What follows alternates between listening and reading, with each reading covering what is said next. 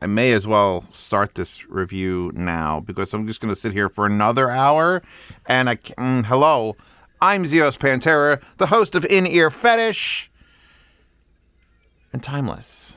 All right, she's timeless. This is timeless. This is Timeless too. But wait, because Zeos is a special breed of human being, and I have the old canceled Timeless 2. You see, all right, there's a little bit of a story behind here. 7 has made the Timeless Planar IEM Forever. And then they made the Timeless AE, and I think there was another Timeless. Then they came out with the Timeless 2, which looked like this. And they sent me a set to review. And then I think I had it on the desk because I had all the I remember listening to these and going, fuck, I love these. They're so good. And then I got the message that said, by the way, we're restructuring the Timeless 2. Don't review it. We've got a new one will come out. And it came out like 10 months later. It was so long. So I never released the review of the OG Timeless 2. And this might be the only, I'm sure they sent out like a dozen sets or something. But I pulled them out of storage because these weren't like, I'm not going to do them. I listened to these. I love them. I put them in my collection. Another one for my collection. I put them in there, and then I ignored them because what the fuck am I going to do with an IEM that no one else has? So Timeless 2 comes. A lot of changes to the packaging. A little bit of changes to a lot of changes to everything, I should say. But there's a problem. The sound isn't as good as what I remember from the Timeless 2. And by saying remember, I mean I fucking listened to them like an hour and a half ago. Oh God, maybe 40 minutes to 3 hours ago, because time is wild on this desk. So as I skip through, and the last song I listened to was Beck Earthquake Weather. I'm just changed tips again, because we got to talk about nozzles. We got to talk about options of nozzles. This had less options of nozzles than this. We had to talk about Hooth Hound, and this was the case for the original Timeless 2. Was a little Hooth Hound thing, which is weird. But then this new one is like, fuck you, we're going with metal and boxes. But then we also got to talk about, hold on.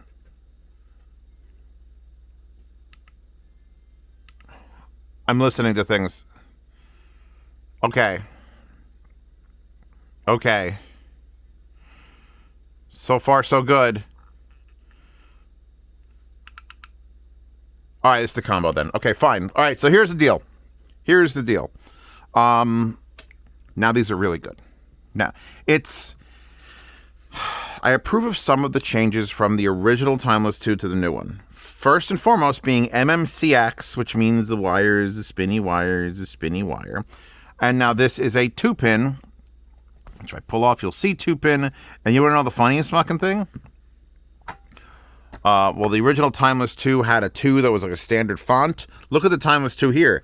Ooh, it's the fancy like Roman numeral font. That's a big difference.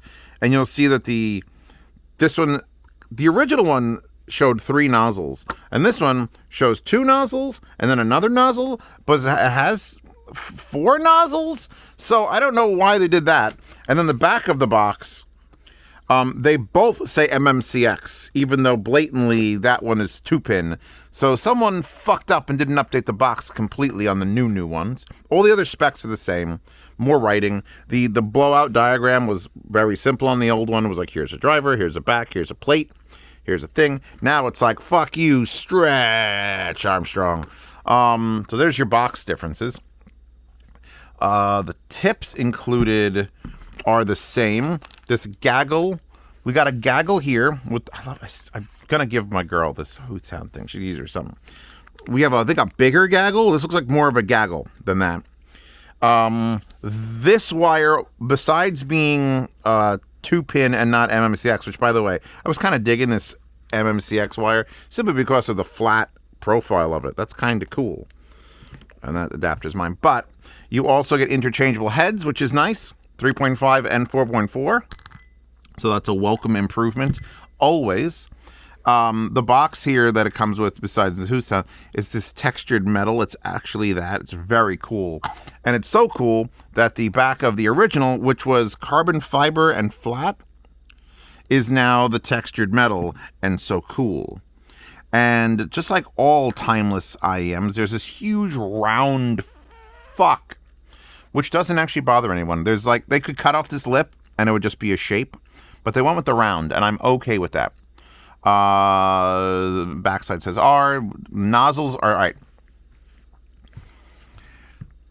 I'd have to stop the camera and go back to the originals. The originals don't matter in this situation. The originals were the bar that these had to cross before I went fucking apeshit, because why would you? Because here's the thing. I'm pretty sure the reason they said the Timeless 2 couldn't be sold was, oh, they had to make all these tuning changes because no one likes the way it sounds. I fucking like the way it sound. I was actually physically upset. The tips for the originals were a very standard looking, this one's gold with like a star shaped thing like that. And the other ones that it came with, I'm going to put these tips back on there because it's permanent tips. By the way, they're very large nozzles. It's something about 7 hertz. I think fucking Critical started this shit with the red. And now everything's like, bigger nozzles. How big's your nozzle? That's what she's asking. That's the face. What is her face, by the way? She looks... It's like someone stole a very specific art style, and I can't quite place the show or artist that did it. Anyway, so a standard nozzle there, but then these nozzles show up, and it's like, what the fuck are those? They look like the tops of chimneys in Germany or something.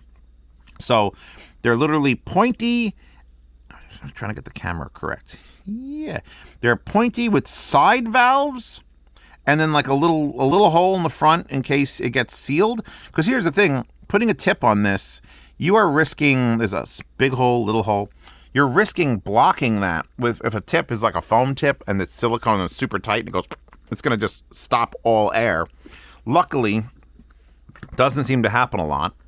And I just if you remember the beginning of this video, it was like, I don't know, 12 minutes ago. So the new set comes with a gold normal ones, like the ones I preferred on that, because I remember when I listened to these, it just made them sound fucking weird. It was like, that's interesting. You know when someone shows you something in their house and it's completely not like cool and kosher, and you're just like, oh, that's fucked up. But you don't say that. You just say, oh, that's interesting. Like, here's a box that contains all the ashes of all my previous dogs. Look, they're labeled. Oh, that's interesting. It means don't do that. Fuck off. But anyway, yeah, that's how those made that sound. And I will say they did make it better on this version because it's all 14.5 millimeter planar. They're calling it double-sided. But we started with these gold ones, which are the ones I prefer on that. And I thought they sounded boring comparatively. If I'm just comparing the two, forget about on its own. Zeos can't compare to everything in the world. A lot of the complaints about it, oh, Zeos, you didn't compare to this or that or this or that or that or that or that or that times 100 Kaioken. Because I can't. My brain is only so big. So big. So we started with the gold, and compared to the gold on the OG Timeless 2s, I like the Timeless 2 better. The Timeless 2s, if I were to give them a review, real quick, with that nozzle, pretending that's the only nozzle it comes with, because fuck those two things, they sounded smooth and wide, big. The presence was there. I felt the emotional correspondence with the music. I listened straight through to it's the worst thing ever is the Hotel California, the live Hotel California. Straight through 7 minutes. I was getting my groove on. Just sat here listening to the single ended out of the Sparkos Gemini, and that was it. And then I went right over to these with the same gold things, with the stock, with the same tips, and I listened for about 4.5 minutes of that 8-minute song and went, no, these ain't doing it. Okay, stop, change to the silver ones, back everything up, start again. A little better.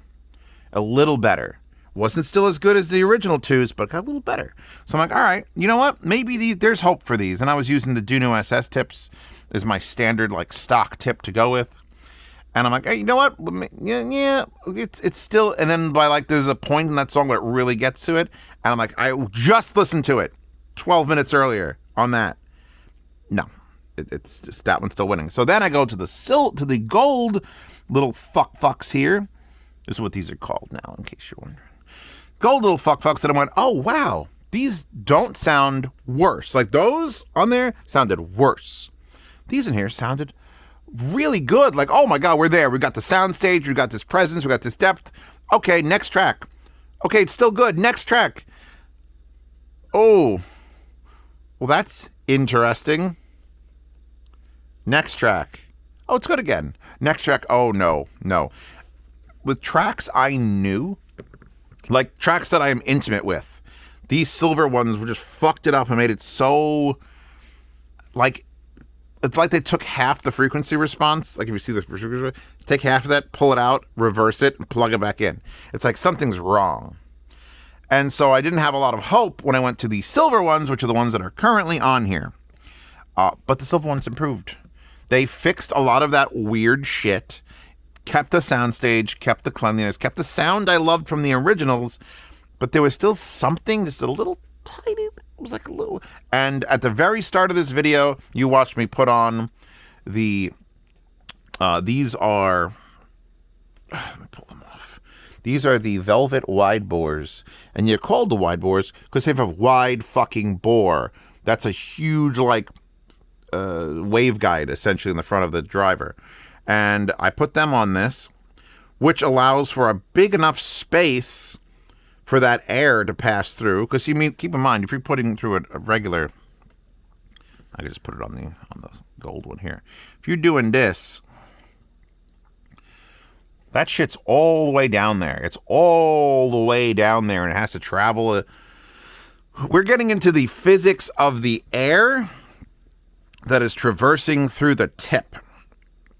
And the wide bores, I would recommend everyone have a set, because they don't work on everything. Holy fuck, do they not work on everything.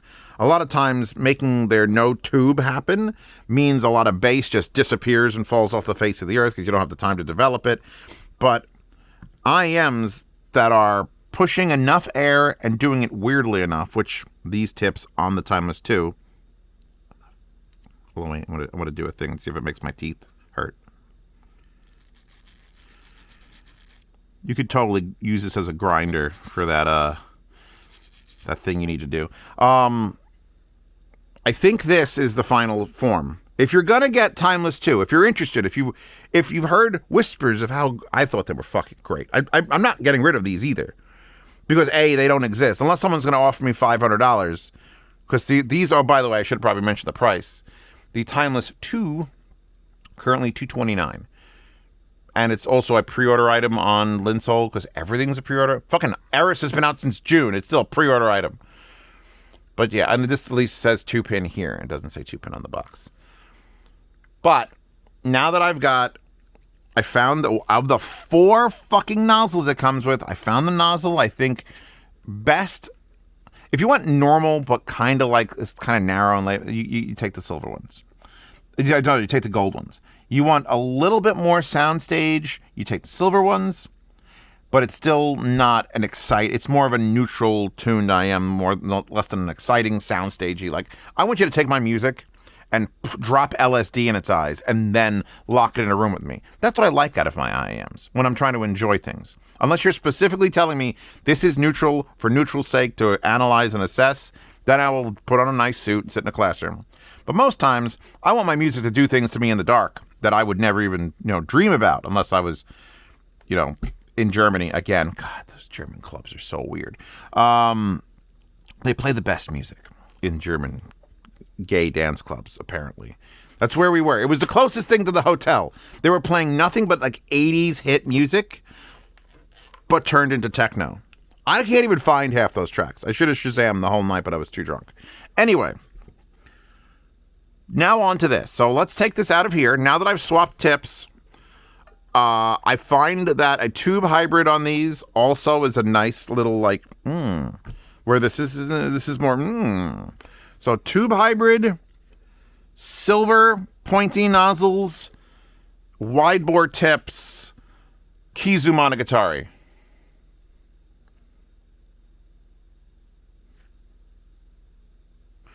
All right, the bass knock is just palpable. This is just dun, dun, dun, dun. It's very The Thing. It's very 1982's The Thing. Are we back? Okay, no, I thought we were back to fucking, what's it called? I do find it weird. If I raise the volume past like normal and try to get loud with it, it gets weird again. That's got to be the tips. You're shooting the sound fucking sideways, and then hopefully your tube is bringing it back. All right, if you're not listening to straight vocals, let me put on some straight vocals. Yeah, all right. The one thing I have to say is, like, in general, the bass response is excellent. The treble, depending on the tip, is tight and responsive. It can be a little bit, I don't want to say dull. It's never dull, but it doesn't add anything to the music for most of the time. Mid-range is actually a little bit recessed, but I think that's just because I now have Soundstage, thanks to the thing. It sounds, and this is going to be like the most obvious duh you've ever fucking heard. It sounds like the sound is coming directly at you with these tips, and it sounds like it's shooting out fucking sideways with these tips. I don't know if you can visualize that, what that sounds like having a speaker and the speaker's pointing at you, and then wait. If we put this block in front of the speaker, and we put these other two blocks here so it bounces that way, and then you listen to the speaker, how does that sound? That's what those do. And while it's weird, it's on such a small scale and moving the air so little that it's still completely understandable and usable. And what it does is anything that's techno or weird or like, what am I listening to?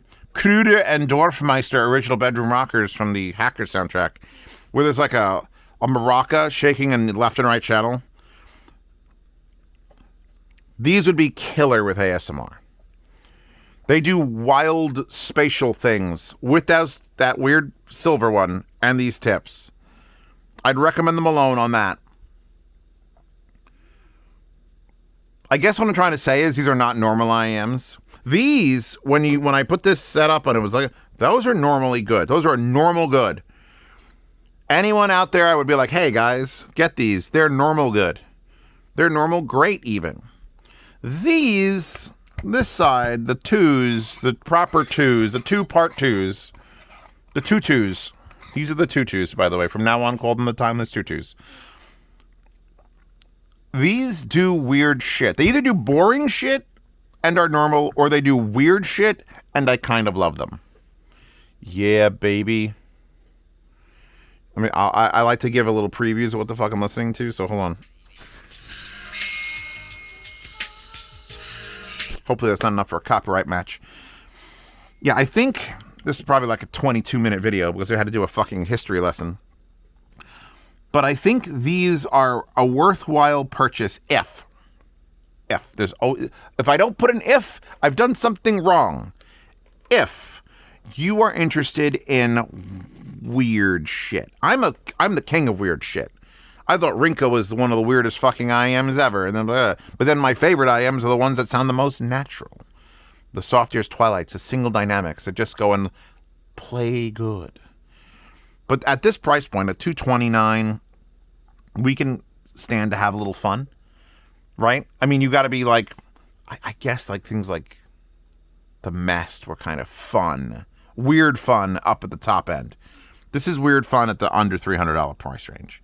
So I endorse the weird fun. So yeah, I would do these tips on the silver nozzle. That you're going to get them and you're going to try all the tips anyway. What the fuck? All the nozzles anyway. I don't think the render tips would be well, because I feel like they would crush down and block quite a lot of sound. But you know what? All right, fuck it. This video is already a billion minutes long.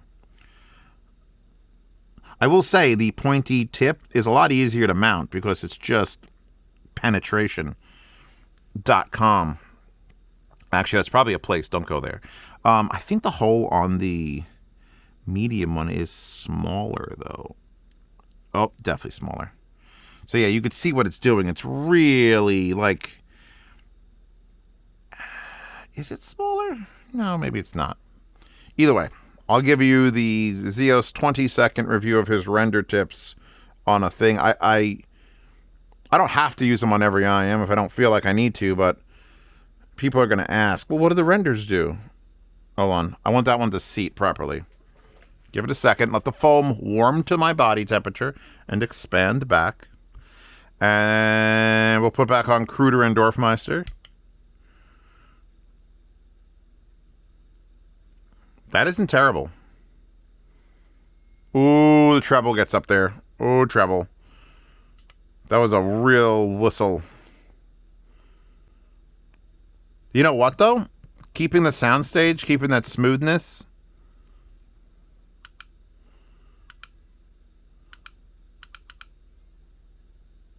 And it actually might bring the weirdness back down a little bit because the tube is so narrow. It's like it has time to expand and then go back and then straighten out again. So I'll recommend this. I'll recommend the renders as well. The base is solid. Like, as far as 14mm planar IEMs go, when you find the right combination of tip and tube, yeah, I think these compete completely. This would probably, you know what? This would probably be the setup I'd keep. I thought it was going to be I was for sure thought it was going to be the wide bores. You know, this might be, it's such a weird thing. It's like you just drank 3 shots and then had a big cup of coffee. So the nozzle being 3 shots of alcohol and you're getting ready to be drunk, but then it's like, no. Render tips for once are the cup of coffee bringing you back. Like, come on, we got to work. Okay. I'm digging it. I wish I would have tested this before review started, so I would have had more time with it to say this properly. Because right now you know exactly how long I've been listening to London Grammar. I'm by my bed for you. Hey, now. Yeah. Oh, Techmaster PEB. 1 bass track. Hold on.